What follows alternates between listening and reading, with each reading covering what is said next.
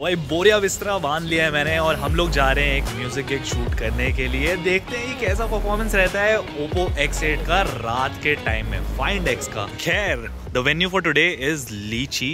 1x पे कुछ ऐसी फुटेज आ रही है रात में, 2x पे भी जूम किया, 3x पे, and this is the 6x quality at night from the Oppo Find X। और ये वाइड एंगल भी है, थोड़े से कलर्स जो है यहाँ पे अलग हो जाते हैं, लेकिन there is an option to shoot in the wide angle as well. Okay, तो इसका जो पोर्ट्रेट मोड है भाई, यहाँ पे है ना अलग अलग फिल्टर्स दे रखे हैं आपको 3 टाइप के। अब ये जो फिल्टर्स है उनको यूज करने के लिए पोर्ट्रेट मोड में यहाँ पे एक ऑप्शन दे रखा है, वहां पे जाके आपको 3 टाइप के फिल्टर्स मिल जाएंगे, मिस्टी, ग्लोइंग और ड्रीमी। अब इन तीनों मोड में फर्क क्या है वो मैं आपको बताता हूँ। सबसे पहले नॉर्मल मोड में देख लो अच्छे से कि पिक्चर कैसी निकल कर आती है पोर्ट्रेट। अब पहला इफेक्ट जो है मिस्टी वाला, उसमें आप देखोगे हल्का सॉफ्ट कर दिया है इसने बैकग्राउंड को भी और सब्जेक्ट को भी। दूसरा है ग्लोइंग इफेक्ट, जिसमें बैकग्राउंड स्मूथ आउट हो जाता है एंड मेन सब्जेक्ट जो है वो फोकस में रहता है। और तीसरे और आखिरी ड्रीमी वाले फिल्टर में आपको बैकग्राउंड और सब्जेक्ट दोनों ही हल्के सॉफ्ट हो जाएंगे एंड काफी ज्यादा ग्लो अप ऐड हो जाता है, जिससे ऐसा लगता है भाई सीधे स्वर्ग से पधारे रहे हैं। अब एक चीज यहाँ पे मैं मेंशन जरूर करूंगा कि भाई ट्रिकी लाइटिंग कंडीशन में जहाँ पे अलग अलग कलर्स की लाइट आ रही होती है एंड रात के टाइम ये थोड़ा इनकंसिस्टेंटली परफॉर्म करता है, ऐसा मुझे लगा। जो शटर स्पीड है पोर्ट्रेट मोड की वो काफी ज्यादा टाइम लेती है एंड यहाँ पे नाइट मोड या शटर स्पीड कंट्रोल करने का पोर्ट्रेट मोड के अंदर जो डिफॉल्ट पोर्ट्रेट मोड है उसमें ऑप्शन नहीं दे रखा है। एंड ओवरऑल फोटोज की कंसिस्टेंसी के लिए मैं बोलूंगा कि कभी ये बहुत क्लियर क्रिस्पी इमेजेस निकाल के देता है एंड कभी आप देख सकते हैं यहाँ पे कि आईज का क्या हाल हो गया है।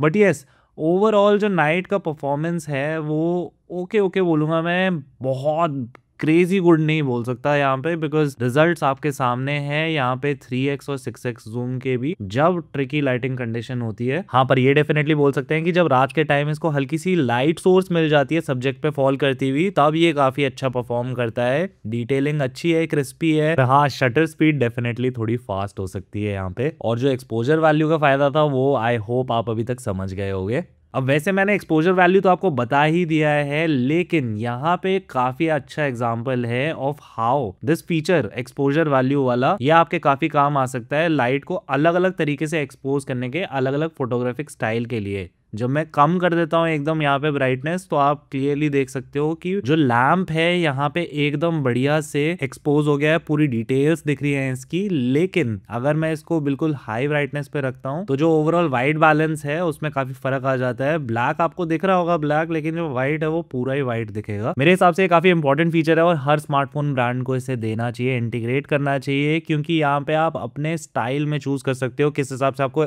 एक्सपोजर एंड वाइट बैलेंस चाहिए।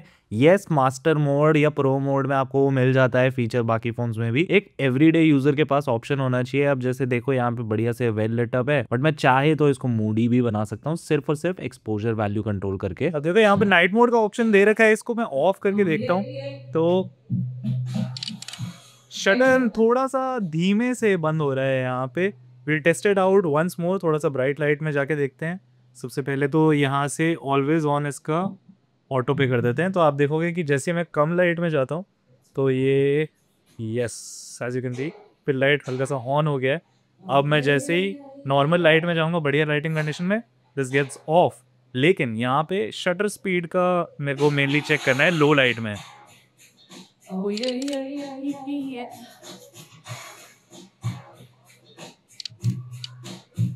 तो ये थोड़ा सा जो डिले आ रहा है ना शटर स्पीड में, this is one of my main concern. बाकी ओवरऑल क्वालिटी वाइज तो सही है भाई। नॉर्मल फोटोज तो देख ली, थोड़ा ट्रिकी लाइटिंग और लो लाइट वाला भी देख लेते हैं इसका कैसा परफॉर्मेंस है वाइड एंगल पे।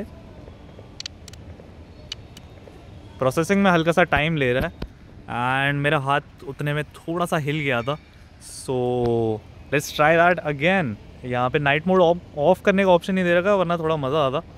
अब मैंने फिल लाइट ऑफ कर दिया, फिल लाइट को ऑटो पे भी रख सकते हो, ऑटो में इसने ऑटोमेटिकली डिटेक्ट करके, जैसे मैं पहले बता रहा था, ऑन कर लिया है अपने स्क्रीन के फ्लैश को, एंड ऑलवेज ऑन पे भी रख सकते हो।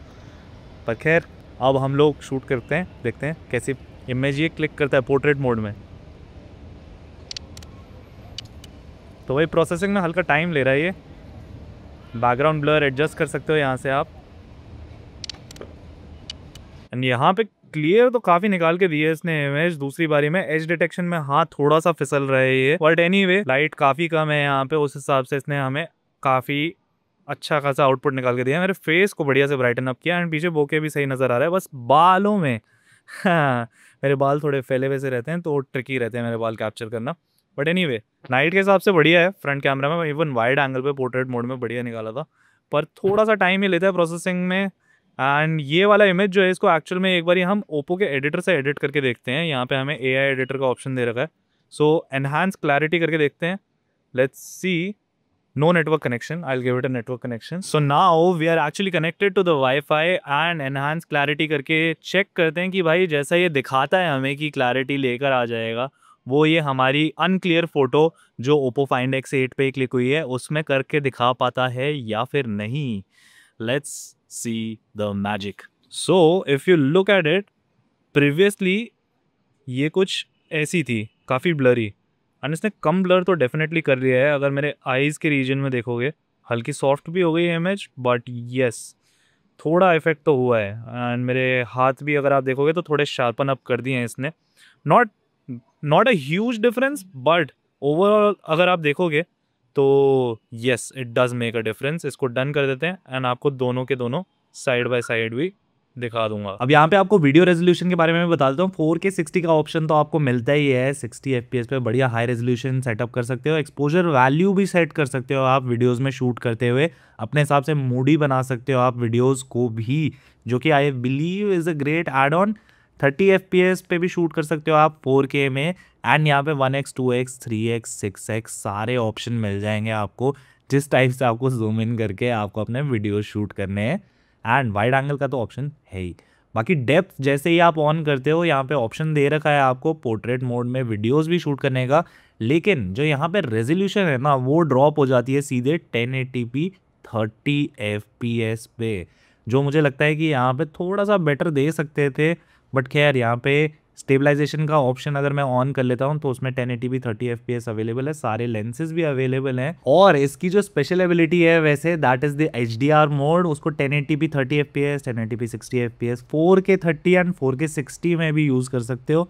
तो ये एक अच्छा एड ऑन है इसके वीडियो के फीचर्स का कि आपको HDR में शूट करने का ऑप्शन मिलता है डॉल्बी विजन के साथ। एंड यहाँ पे जो इसका मास्टर मोड है उसमें एक इफेक्ट्स का सेक्शन दे रखा है जिसमें आप अपने हिसाब से कस्टमाइज कर सकते हो सारा कॉन्ट्रास्ट, सैचुरेशन, शार्पनेस एंड एकदम वैसी ही आपको इमेज प्रीव्यू होगी, जो कि काफी तगड़ा एड ऑन है। इमेजेस बहुत भयंकर निकल कर आती हैं, लेकिन मुझे लगता है कि ये जो प्रीसेट्स है ना अलग अलग टाइप के जो आप कस्टमाइजेशन कर सकते हो उनको सेव करने का ऑप्शन रहना चाहिए था कि आप अलग अलग अपने फिल्टर्स भी सेव कर सकते हो, वो काफी इंटरेस्टिंग हो जाता।